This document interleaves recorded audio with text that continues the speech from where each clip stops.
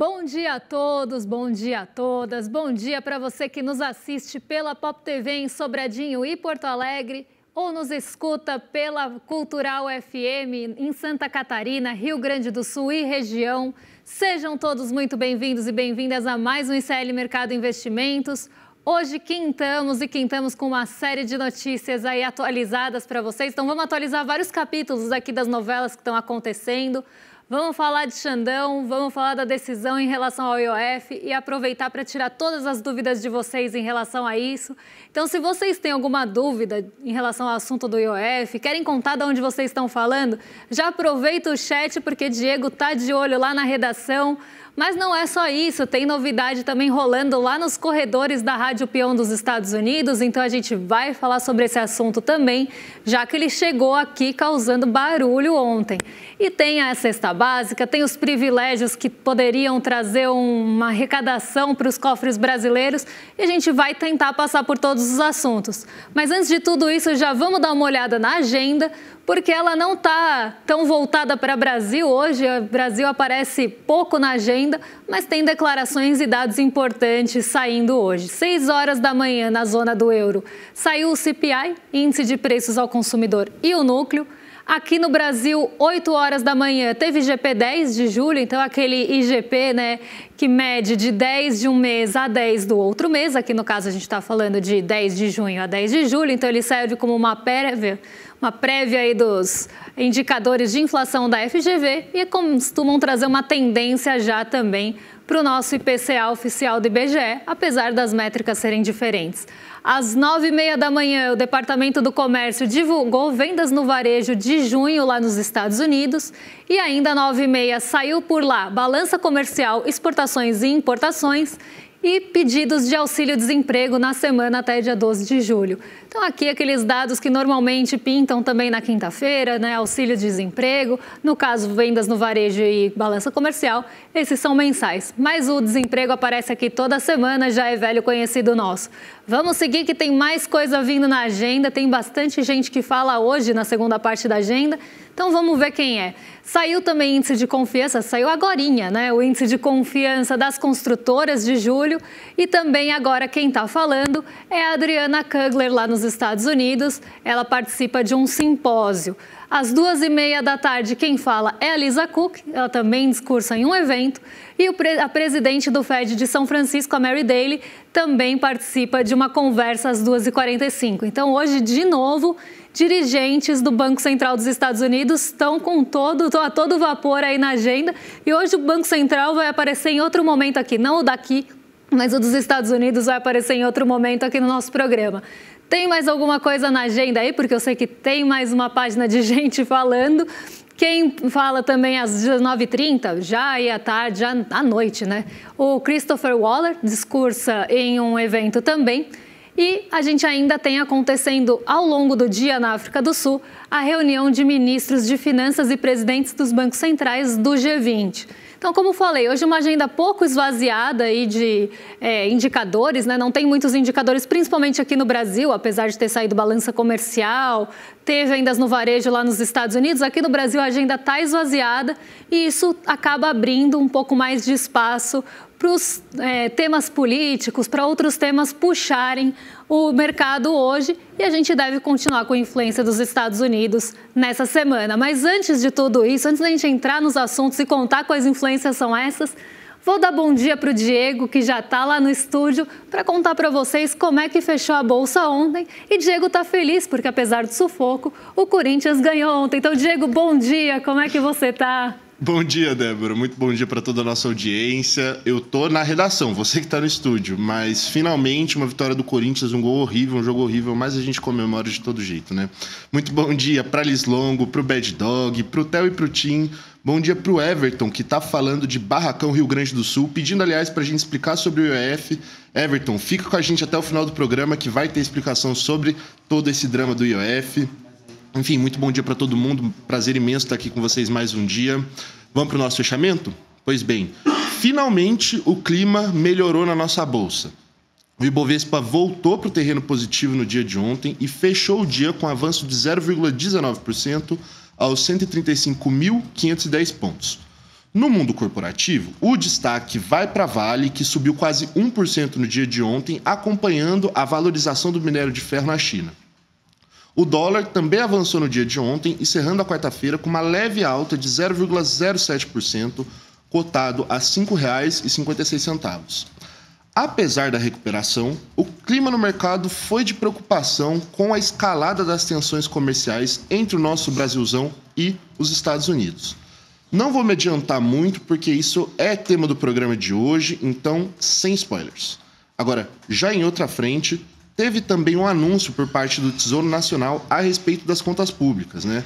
O Tesouro Nacional estima que o governo central terá um déficit primário de 0,4% do PIB em 2025, com uma melhora gradual nos anos seguintes até alcançar superávites crescentes a partir de 2027.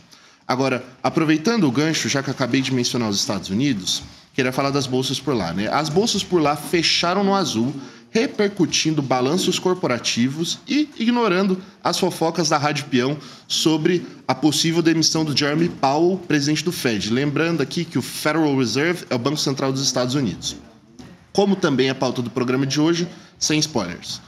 Além disso, os investidores reagiram aos dados de inflação, em específico o PPI, que é o índice de preços ao produtor, que permaneceu estável. Com tudo isso no radar, o Dow Jones fechou com uma alta de 0,53%, o S&P 500 subiu 0,32% e o Nasdaq avançou 0,26%. Débora, eu queria passar a palavra com você, pedindo para você esclarecer como que teve essa movimentação não muito clássica de valorização da Bolsa e valorização do Ibovespa e, simultaneamente, valorização do dólar. Não é um movimento mais comum mesmo, né? A nossa Bolsa conseguiu se desvencilhar daquela sequência negativa de 7 perdas ontem. E esse movimento, ele veio de Nova York. Por isso que eu falei que eu não ia também falar muita coisa, porque o movimento ele veio de Nova York e veio por uma razão. Razão essa que também acabou deixando o mercado de juros lá nos Estados Unidos um pouquinho instável. E isso também acaba mexendo com o dólar, que até tinha ido na contramão de algumas outras moedas nos outros dias, conseguiu cair em meio a todo aquele imbróglio de tarifas e IOF. Então aqui a gente tem mais um dia de movimento atípico com os ventos vindos lá dos Estados Unidos. Então eu já vou aproveitar esse gancho para já falar do próximo assunto, porque ele explica muito a movimentação da Bolsa de ontem, porque está rolando lá na Rádio Peão dos Estados Unidos. Ontem, para quem não sabe, o New York Times acabou dando um furo, ou como a gente está falando de New York Times lá nos Estados Unidos, ele gave the hole, ele acabou dando um furo aí de uma carta que fontes vazaram de uma possível demissão do Jeremy Powell. E isso causou um burburinho. Na verdade, não era uma carta, era o rascunho da carta ainda, mas isso causou um burburinho nos Estados Unidos, porque seria uma interferência do governo do Donald Trump em relação ao Banco Central dos Estados Unidos. Os Estados Unidos também têm um Banco Central que, em tese, não pode sofrer interferências. Então, tem uma lei bem antiga, lá de 1913, que não deixa isso tão explícito, mas várias outras leituras dessa lei mais recentes acabaram entendendo que o Banco Central não pode sofrer essa interferência lá no país, nos Estados Unidos, no país do Laranjão. Então, se ele acaba demitindo, não pode ter uma demissão sem uma causa, sem uma justa causa. Vamos trazer aqui para o nosso linguajar, para algo mais próximo da gente. Então, precisa ter uma causa para demitir um presidente do Banco Central, não pode ser arbitrário. E aí, como existe isso, Donald Trump começou a buscar pelo em ovo para tentar queimar o Jeremy Powell, coisa que ele já está tentando fazer desde que ele assumiu a presidência do país. Então, ele já tentou brigar com Jeremy Powell várias vezes, chamou o Fed de incompetente algumas vezes, disse que a instituição não está fazendo o trabalho que deveria estar no mercado de juros, que não está conduzindo a política monetária da forma que deveria, que está muito lento na condução da política monetária e que já deveria cortar juros a partir do começo desse ano. E essa está sendo uma briga recorrente.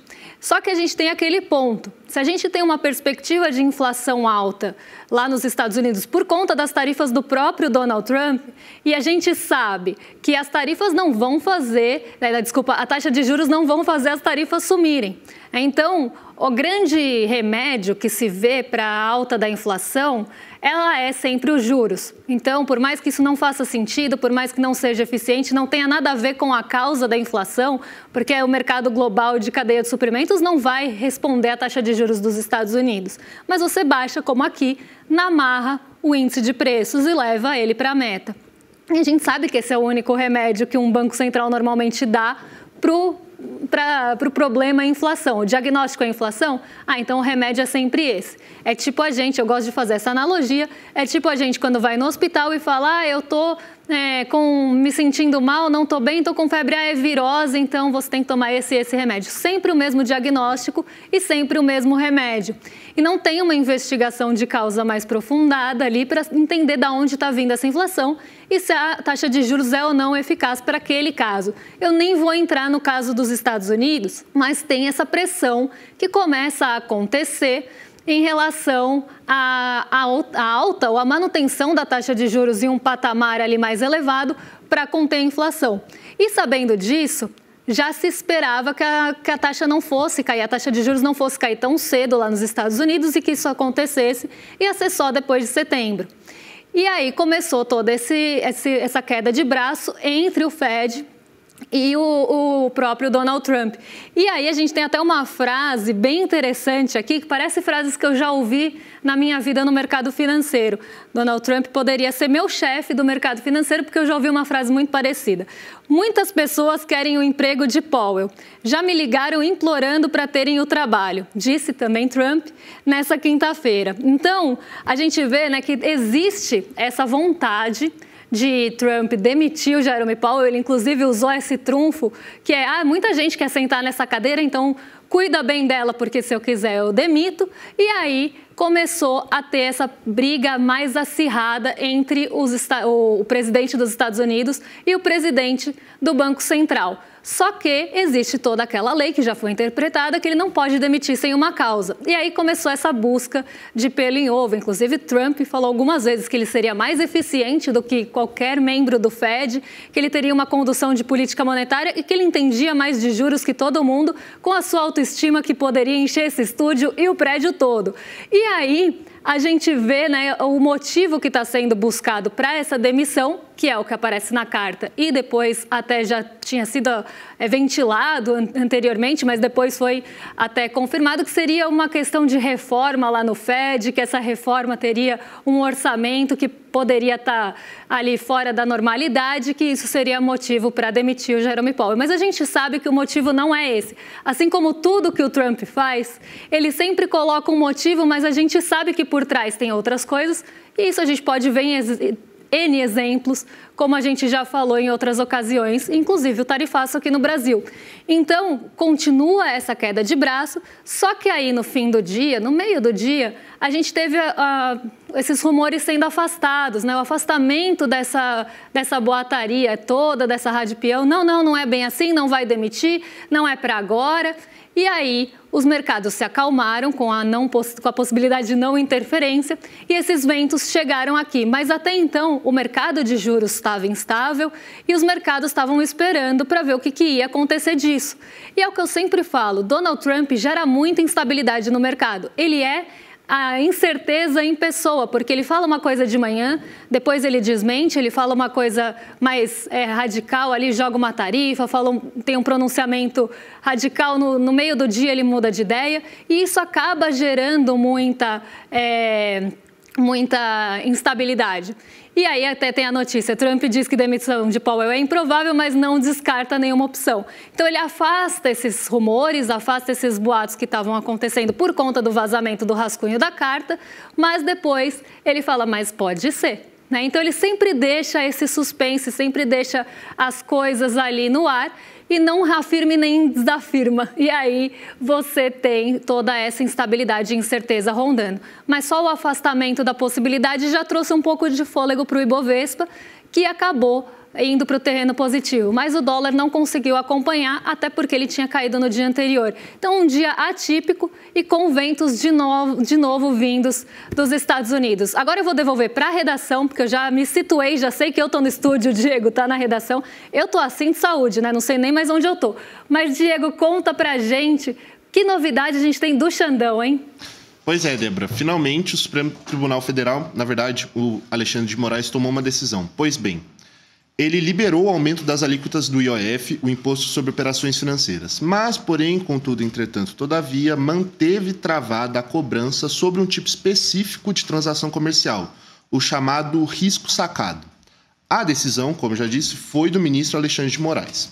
Ele afirmou que, nesse ponto, o governo passou dos limites e feriu a lei tributária.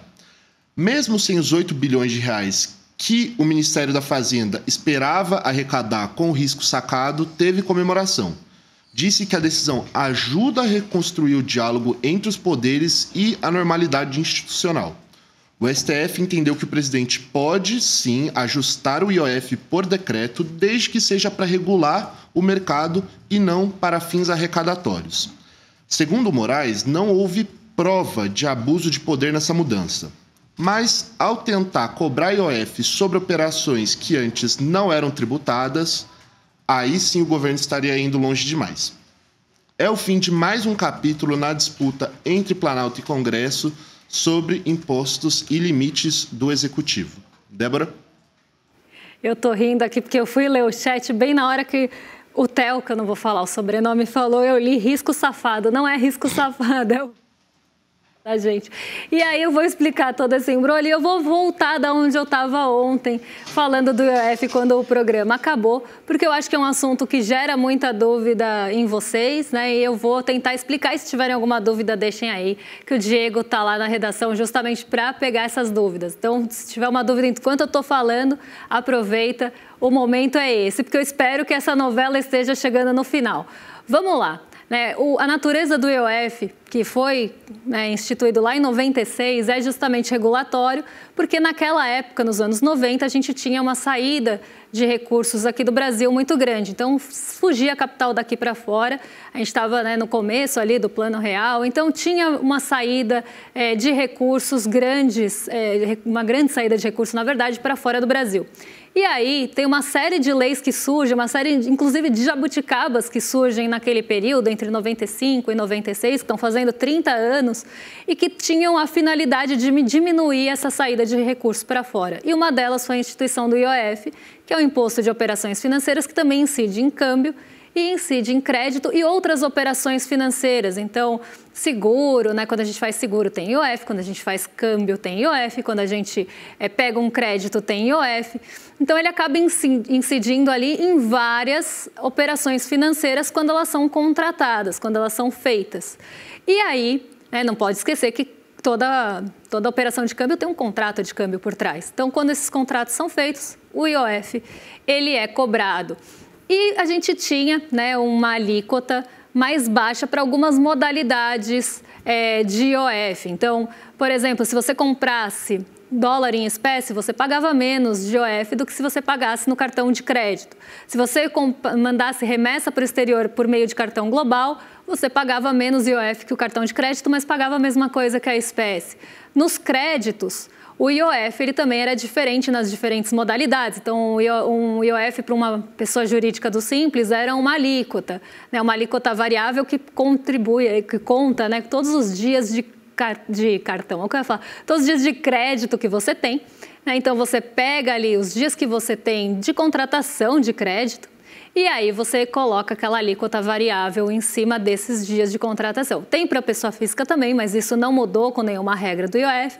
E tem o tal do risco que não é safado, que é sacado, que é uma modalidade que algumas empresas têm ali para pagar fornecedor. Então, ao invés de você pagar o fornecedor, você antecipa esse pagamento, quem paga é a instituição financeira, ela fica com o risco da inadimplência e você paga para a instituição financeira depois e não para o fornecedor.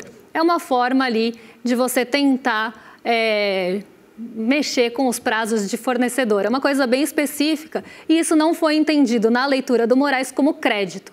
Então, saiu das modalidades que seria uma instituição no risco sacado. Então, ele não tinha IOF, passaria a ter pelo entendimento que ele é uma operação de crédito. Moraes entendeu diferente, falou que não é operação de crédito, que não, aí sim estaria extrapolando e tirou, até por ser uma incidência nova, tirou da conta do IOF, e ele não entendeu que seria arrecadatório. Por que eu estou falando lá de 96, quando o recurso saía muito, quando queria se controlar um pouco mais o mercado de câmbio e de crédito? Porque o IOF foi instituído justamente para isso. Você aumentava o IOF para evitar a fuga de capital, porque ficava mais caro mandar para fora. Você aumentava o IOF também quando você queria segurar o mercado de câmbio, quando ele estava muito de crédito, quando ele estava muito aquecido. Então você aumenta o IOF para desestimular o crédito e desestimular que as pessoas mandem o dinheiro para fora. Você abaixa o IOF quando você quer estimular o crédito e quando você não está preocupada com a saída de capitais. Então ele tinha essa natureza regulatória. E foi isso que foi usado o tempo todo, tanto pelo Congresso como para o mercado financeiro, para tentar derrubar esse aumento do IOF, porque o governo pode sim aumentar o IOF, e essa era a justificativa do governo federal, mas a gente pode, por decreto, aumentar o IOF para regular os mercados. E aí o Congresso e o mercado financeiro, de forma muito conveniente, pegaram essa natureza e falaram, mas vocês estão usando para arrecadar e não para regular o mercado. Só que Moraes teve uma leitura diferente disso.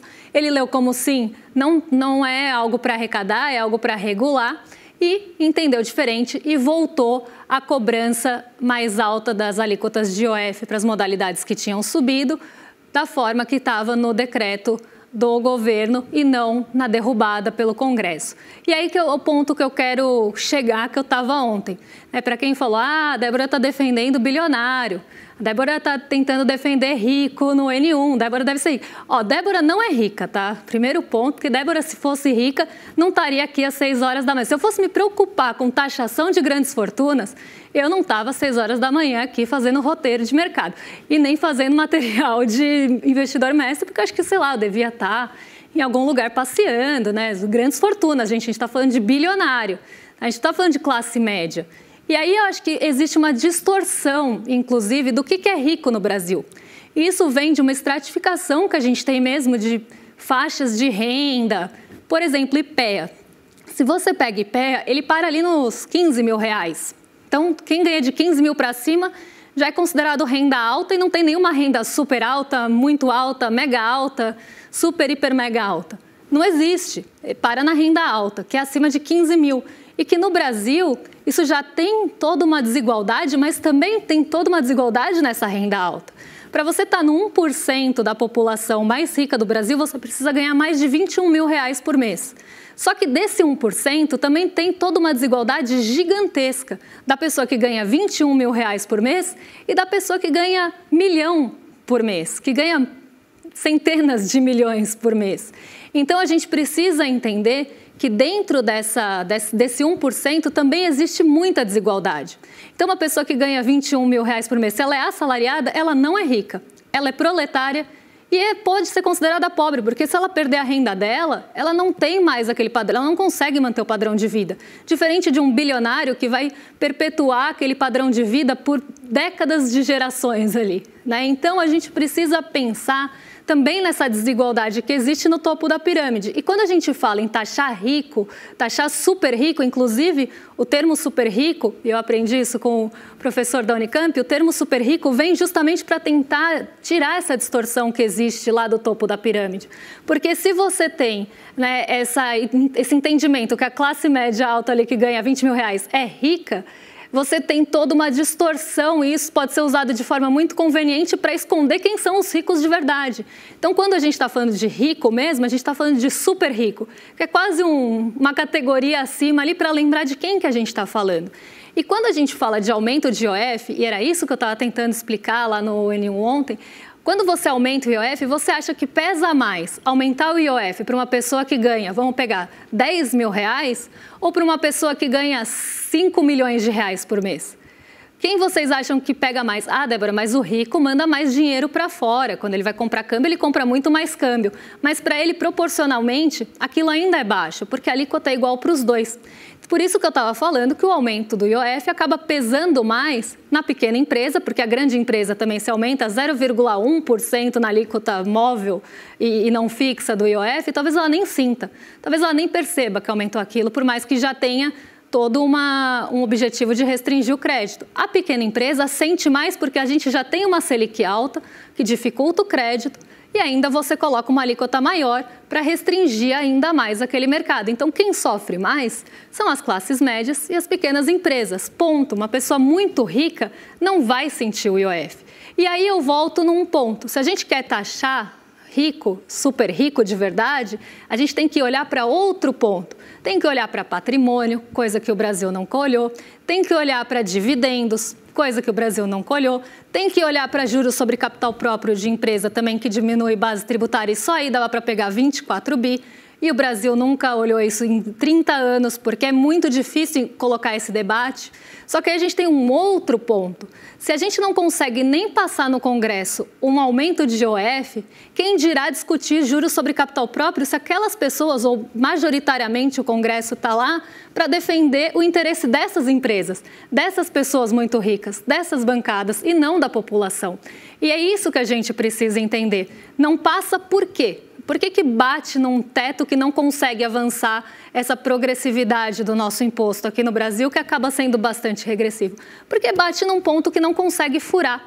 E aí, taxar super rico não é aumentar IOF. E era isso que eu queria que vocês entendessem.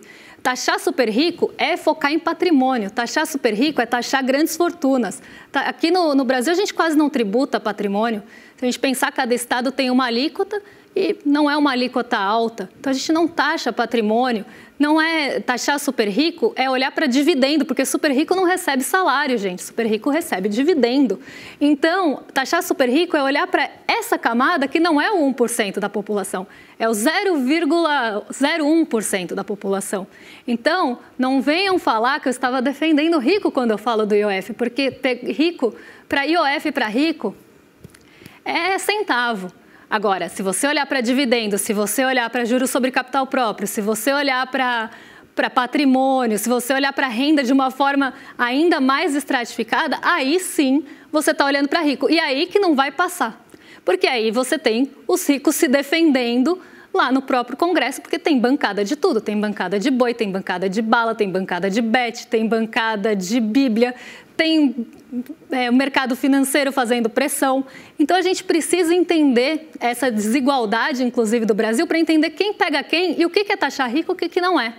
E aí, eu estou usando tudo isso para falar, né, que agora o IOF sobe, né, sobe com as alíquotas, então, mais altas para todas as modalidades de câmbio. Então, tanto faz se você compra na sua conta global, na espécie ou no cartão de crédito. E quem ficou muito feliz com isso foram as operadoras de cartão, porque as pessoas estavam deixando de passar ali na maquininha, a Visa, Mastercard, etc. E as bandeiras de cartão adoraram o IOF. Por quê? As pessoas vão voltar a usar cartão de crédito porque agora tanto faz o IOF.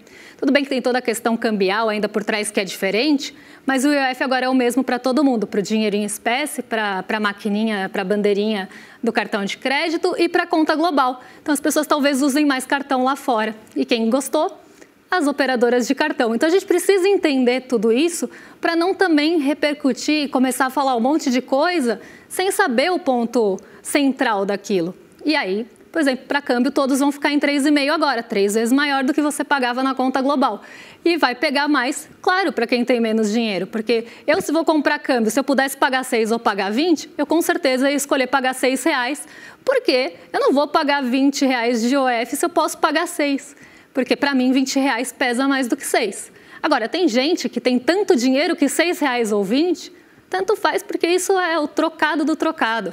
Então, a gente precisa realmente entender esse ponto. Para as empresas, também sobem algumas alíquotas ali no crédito, no Simples, né?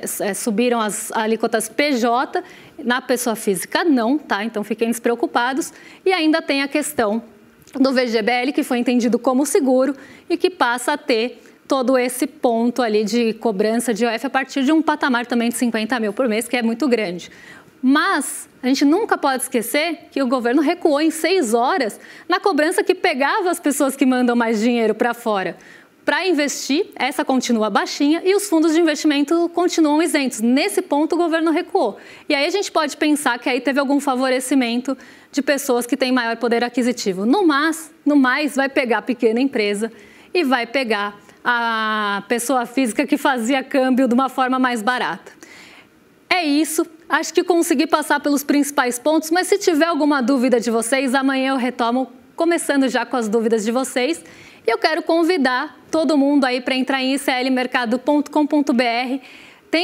Ajudem a gente a sair da lanterninha.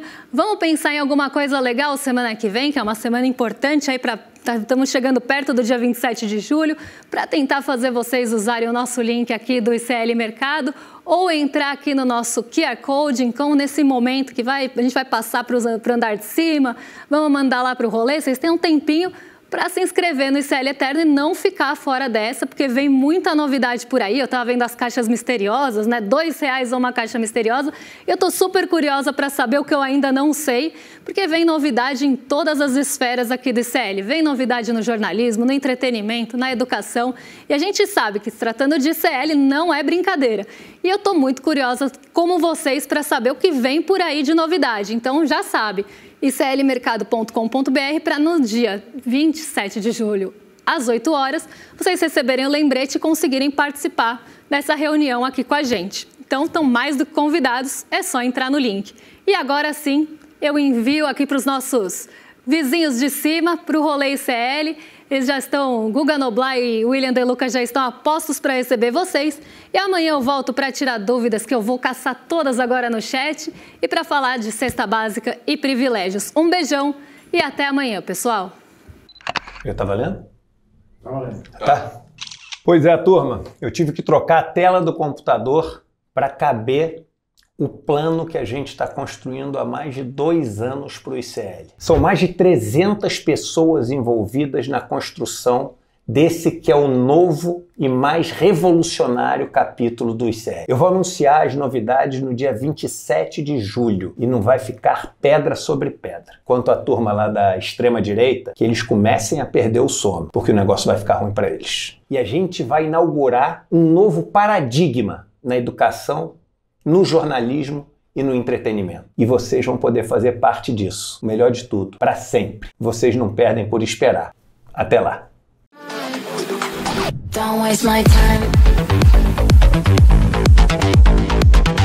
Na loja Sou ICL você encontra camisetas, canecas, mochilas e bonés que carregam ideias.